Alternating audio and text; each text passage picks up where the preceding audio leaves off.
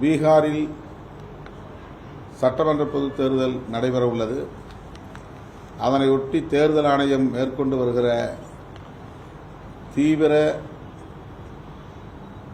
சிறப்பு தீவிர வாக்காளர் பட்டியல் திருத்தம் அது மிகவும் விமர்சனத்திற்குள்ளாகி இருக்கிறது, கடும் கண்டனத்திற்குள்ளாகி வருகிறது. SIR என்று சொல்லப்படக்கூடிய ஸ்பெஷல் இன்டென்சிவ் ரிவிஷன் நிறுத்தப்பட வேண்டும் என்று காங்கிரஸ் உள்ளிட்ட எதிர்க்கட்சிகள் அனைத்தும் மக்களவையிலும் மாநிலங்களவையிலும் வலியுறுத்தி வருகிறோம். ஆனால் அதை விவாதிப்பதற்கு கூட நாடாளுமன்ற மக்களவைத் தலைவர் மாநிலங்களவைத் தலைவர் அனுமதிக்கவில்லை. இதனால் தொடர்ந்து நாடாளுமன்ற மழைக்கால கூட்டத்தொடர் தொடங்கிய நாளிலிருந்து எதிர்க்கட்சிகளின் போராட்டங்கள் நடைபெற்று வருகின்றன. 2003க்கு முன்னால் வாக்காளர்களாக தங்களை பதிவு செய்து கொண்டவர்கள் மற்றும் 2003க்கு பின்னால் வாக்காளர்களாக பதிவு செய்து கொண்டவர்கள் என்று இரு தரப்பாக பிரித்து 2003க்கு பின்னால் பதிவு செய்தவர்கள் தாங்கள் அந்த பகுதியில் குடியுரிமை பெற்றவர்களாக வாழ்கிறார்கள் என்பதை உறுதிப்படுத்தும் வகையில் ஆவணங்களை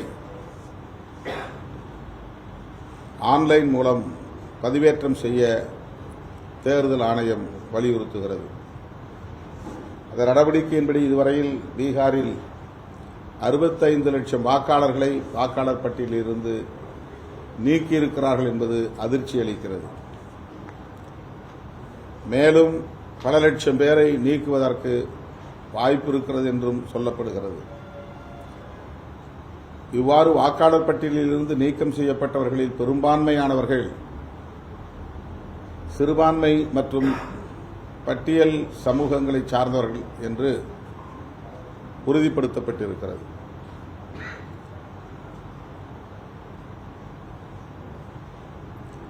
ஒரு திட்டமிட்ட ஜனநாயக விரோத நடவடிக்கையை தேர்தல் ஆணையத்தின் மூலம் மோடி அரசு மேற்கொண்டு வருவது மிகவும் ஆபத்தானது. இது தமிழ்நாட்டுக்கான நடவடிக்கையாகவும் விரைவில் மாறும். இந்தியா முழுவதும் உள்ள ஒவ்வொரு மாநிலத்திலும் இதை நடைமுறைக்கு கொண்டு வர தேர்தல் ஆணையம் திட்டமிட்டிருப்பதாக தெரிகிறது.